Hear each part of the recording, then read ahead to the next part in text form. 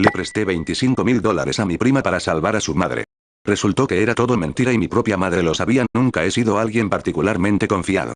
Ser contador me ha enseñado a ver los números como verdades frías y absolutas, y por extensión, a las personas como variables inestables que rara vez se comportan como esperas. Aún así, con la familia, bueno, con la familia uno hace excepciones. O al menos, yo las hacía. Me llamo Mateo. Tengo 34 años y trabajo como asesor fiscal independiente desde hace 5 años. Antes de eso, pasé casi una década en una firma contable que me explotaba sin piedad, pero que me enseñó todo lo que necesitaba para sobrevivir por mi cuenta. Tengo un pequeño despacho en una oficina compartida y una cartera de clientes que me permite vivir cómodo, sin lujos excesivos, pero sin preocuparme por el alquiler cada mes. No tengo pareja ni hijos, y aunque eso ha sido fuente de comentarios incómodos en cenas familiares, siempre he preferido la estabilidad emocional al caos que he visto en otras relaciones. Mi familia viene de abajo. Mi madre, Marta, es enfermera jubilada, y mi padre, quien murió hace 7 años, trabajó toda su vida como mecánico. Nunca faltó un plato de comida en la mesa, pero tampoco sobraba nada. Yo fui el primer universitario de la familia. El que salió bien, como dicen mis tías. Desde que me gradué, sentí esa presión tácita de ser el que responde, el que ya sabe cómo manejar las cosas. Y en medio de todo ese universo familiar lleno de silencios incómodos y afectos mal administrados, estaba Claudia, mi prima, mi hermana no oficial. Crecimos como uña y mugre. Hija de la hermana menor de mi madre, Claudia siempre fue mi cómplice, mi compañera de juegos, la única que entendía mis rarezas cuando todos en la familia me llamaban el cerebrito con ese tono mitad orgullo, mitad burla. Compartimos veranos en casa de los abuelos, secretos adolescentes, nuestras primeras cervezas robadas del refrigerador de mi tío. Si alguna vez tuve una amiga del alma, fue ella. Pero la vida nos llevó por caminos distintos. Yo me hundí en los estudios, en el trabajo, en construir algo propio. Ella, no tanto. Claudia siempre fue más impulsiva, más emocional, más de dejarse llevar.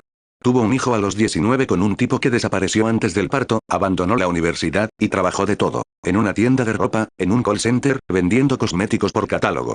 A veces desaparecía por meses, y otras veces caía en mi departamento sin avisar, con lágrimas en los ojos y una necesidad urgente de hablar con alguien que la entienda. A pesar de todo, siempre la recibí, porque era Claudia. Y porque en el fondo, una parte de mí se sentía culpable por tener una vida más ordenada, más predecible, mientras ella parecía vivir siempre al borde del abismo. La última vez que vino a verme fue un martes por la tarde.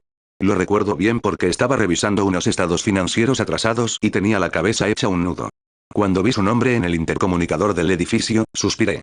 No era raro que apareciera sin avisar, pero esa vez fue diferente. Tenía los ojos rojos de llorar, el maquillaje corrido, y una expresión de angustia que me apretó el pecho. Necesito hablar contigo, es urgente. Le preparé un té, como siempre hacía, y nos sentamos en el sillón de mi sala. Me fijé en su ropa, un suéter gastado, jeans que le quedaban grandes, y zapatillas manchadas. Parecía agotada. Como si no hubiera dormido en días. ¿Qué pasó? Se le quebró la voz antes de empezar. Es mi mamá. Está mal, Mateo.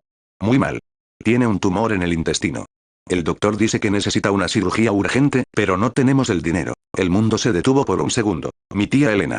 La mujer que me cuidó más de una vez cuando mi mamá hacía turnos dobles en el hospital. La que me cocinaba empanadas los domingos cuando me quedaba a dormir en casa de Claudia. Esa tía, enferma. En riesgo de muerte. ¿Pero qué tipo de tumor? ¿Benigno, maligno? ¿Qué te dijeron? Ella negó con la cabeza, limpiándose las lágrimas. Todavía no saben con certeza. Le hicieron una colonoscopia y vieron la masa. Está programada para cirugía, pero el hospital público no tiene fechas hasta dentro de 3 meses.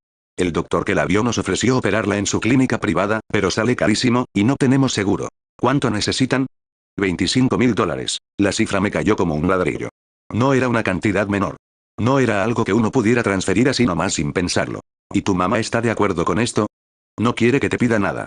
Dice que ya bastante hiciste con ayudarnos con lo del colegio de Nico. Nicolás, su hijo. Yo había pagado algunos meses de su escuela hace un par de años, cuando Claudia se quedó sin trabajo. Nunca esperé que me devolviera ese dinero. ¿Tienes los papeles? ¿El diagnóstico? Pregunté, no como un contador, sino como alguien que necesitaba aferrarse a algo concreto para no derrumbarse. No los traje, pero los tengo. Te los mando por correo. Esa noche no dormí. Mi cabeza era una tormenta de números, de recuerdos, de escenarios posibles. Tenía el dinero, sí, pero era parte de un fondo que había estado ahorrando para ampliar el despacho. Mi idea era alquilar la oficina contigua y contratar a un asistente para duplicar mi clientela. No era un lujo, era una inversión que venía preparando desde hacía años. Pero, ¿cómo iba a mirar a Claudia a los ojos y decirle que no?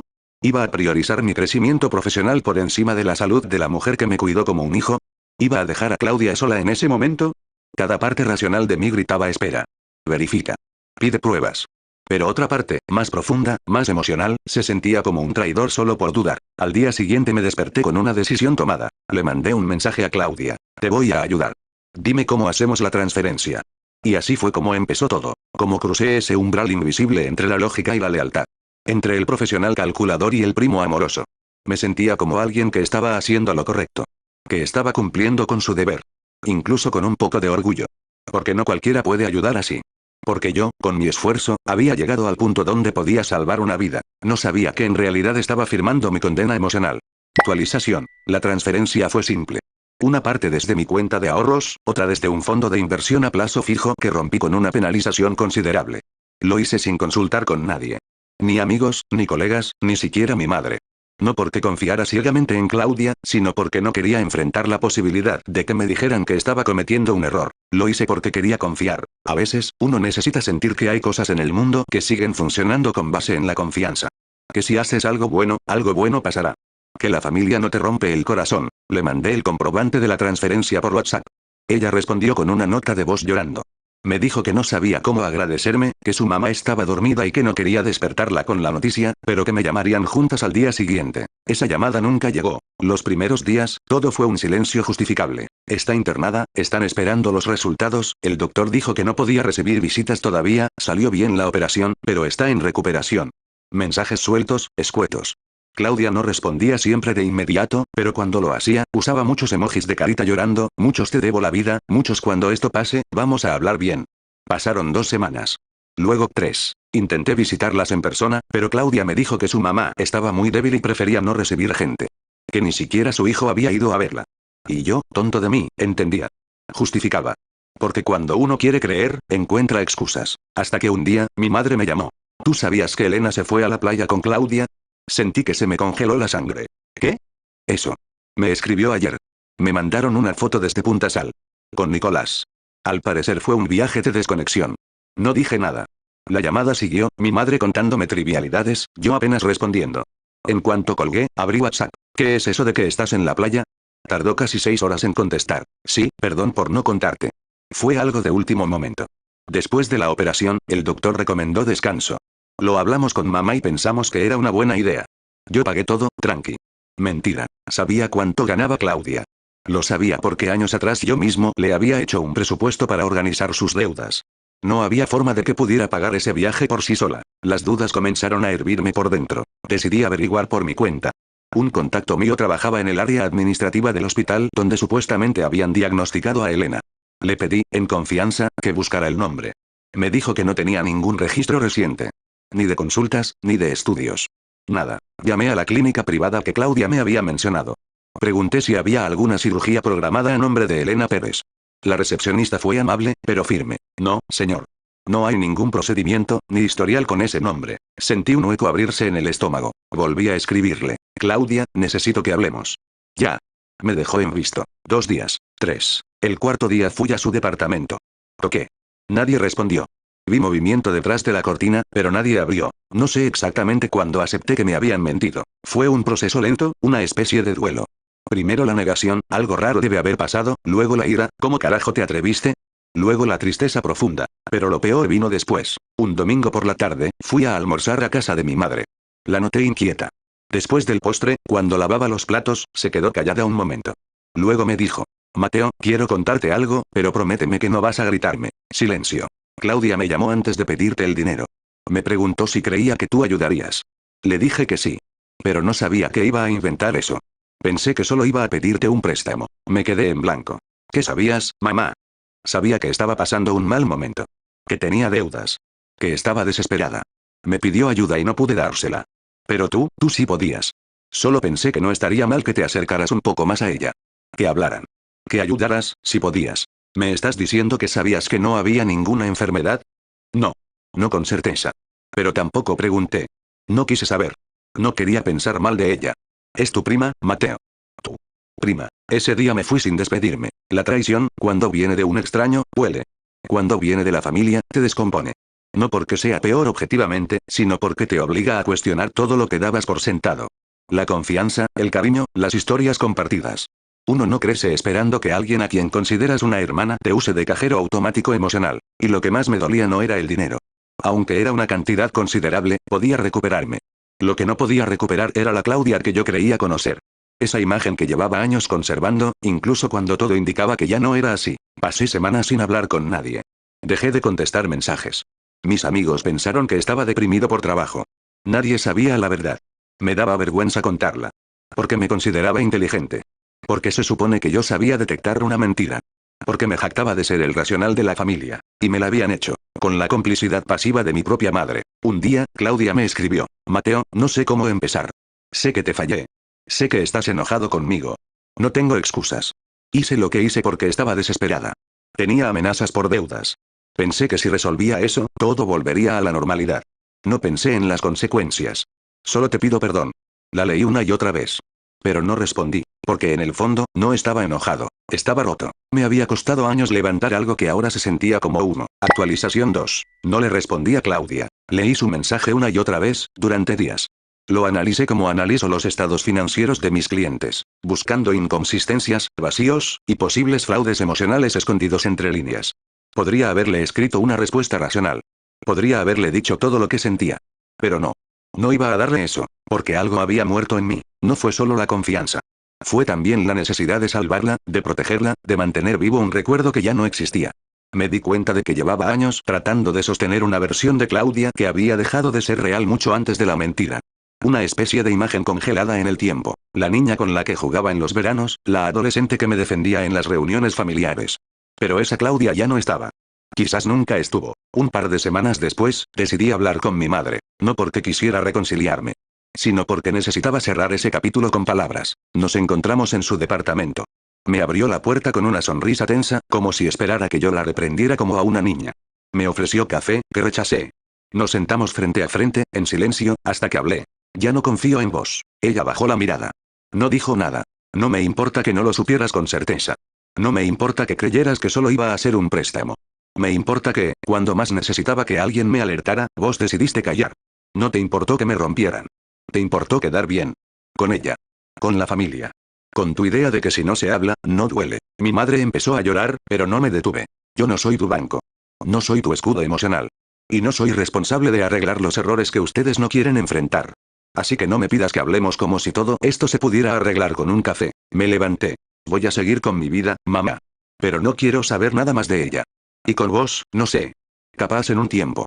Pero ahora no. Ella no intentó detenerme. Solo lloró. El tiempo después fue raro. Durante años, mi identidad había estado atada al concepto de ser el que ayuda. El que resuelve. El que salva. Ese rol te da cierta autoestima, pero también es una trampa. Porque cuando dejas de ayudar, o cuando te usan, te sentís vacío. Inútil. Como si tu valor desapareciera. Me vi obligado a replantearme todo. Empecé terapia. Primera vez en mi vida. Le conté a la psicóloga toda la historia, incluso detalles que me daba vergüenza decir en voz alta. Cómo me sentía especial por poder ayudar, cómo disfrutaba ser el héroe de la familia aunque me costara, cómo elegí ignorar las señales porque prefería ser traicionado que enfrentar la verdad. Me costó semanas poder decir en voz alta una frase que parecía sencilla. Me estafaron. Pero cuando lo hice, algo cambió. Fue como si la culpa dejara de estar sobre mis hombros. No fue mi error confiar, fue su decisión traicionar. No volví a saber de Claudia durante meses. Su hijo, Nicolás, seguía en la escuela, y por lo que supe a través de mi tía abuela, ahora trabajaba como community manager freelance, algo con redes sociales. Me contaron que se había mudado con su madre a un lugar más barato y que vendían cosas por internet. No me importó mucho. No por odio, sino porque me parecía irrelevante. Como si fueran personajes que ya no pertenecían a mi historia. A veces pensaba en Nicolás. No era su culpa. Era un chico bueno, algo retraído, pero sensible. Me pregunté si algún día iba a enterarse de todo lo que su mamá hizo. O si, como pasa en muchas familias, crecería con una verdad a medias, una de esas historias recortadas donde los adultos quedan como víctimas de un malentendido. Pero ya no era mi problema. No iba a salvar a nadie más. Un día, meses después, recibí una carta manuscrita. Era de Claudia. Mateo, no espero que me perdones. Sé que no tengo derecho a pedirlo. Solo quiero que sepas que me duele haberte perdido. No por el dinero, sino por vos. Por lo que eras para mí. Por lo que arruiné. Nunca fue mi plan hacerte daño. Sé que suena estúpido. Y sé que es exactamente lo que alguien que miente diría. Pero es la verdad. Estaba desesperada. Tenía deudas con gente que no se podía negociar. Tuve miedo. Me sentí sola. Y cuando mi mamá se enfermó, porque sí, tuvo algunos síntomas, aunque no fue nada grave, lo exageré. Mentí. Lo transformé todo en una historia que justificara el pedirte algo tan grande. Cuando me di cuenta de que habías creído todo, sentí alivio. Pero también asco. De mí misma. Pero no supe parar. No voy a pedirte que hablemos. Solo quería que supieras que me arrepiento. Y que si algún día decidís contestar, acá estoy. La leí 2 veces. Luego la rompí en 4 partes, sin odio, y la tiré al tacho de reciclaje. Porque a veces el perdón no se dice. Se vive. Hoy, 2 años después, miro atrás y no me reconozco del todo. No porque haya cambiado radicalmente, sino porque ya no soy el que era antes de todo esto. Ya no confundo lealtad con autosacrificio. Ya no creo que ayudar sea siempre algo noble. A veces, ayudar sin límites es un acto de ego, no de bondad. Y sobre todo, aprendí que la familia no siempre es sinónimo de amor. Que el hecho de compartir sangre no te da derecho a destruir a otro. Que el cariño, sin respeto, es una forma elegante de manipulación. ¿Volvería a hacer lo mismo si pudiera retroceder el tiempo? No, pero tampoco me arrepiento. Porque esa estafa, esa herida, me mostró quiénes eran realmente. Y más importante, me obligó a conocerme a mí mismo. Ahora soy más duro, sí. Pero también más libre. Y aunque todavía hay días en que me cuesta confiar, al menos sé que la confianza no se regala, se gana. Y yo ya aprendí a guardarme la mía como si fuera oro. Porque lo es.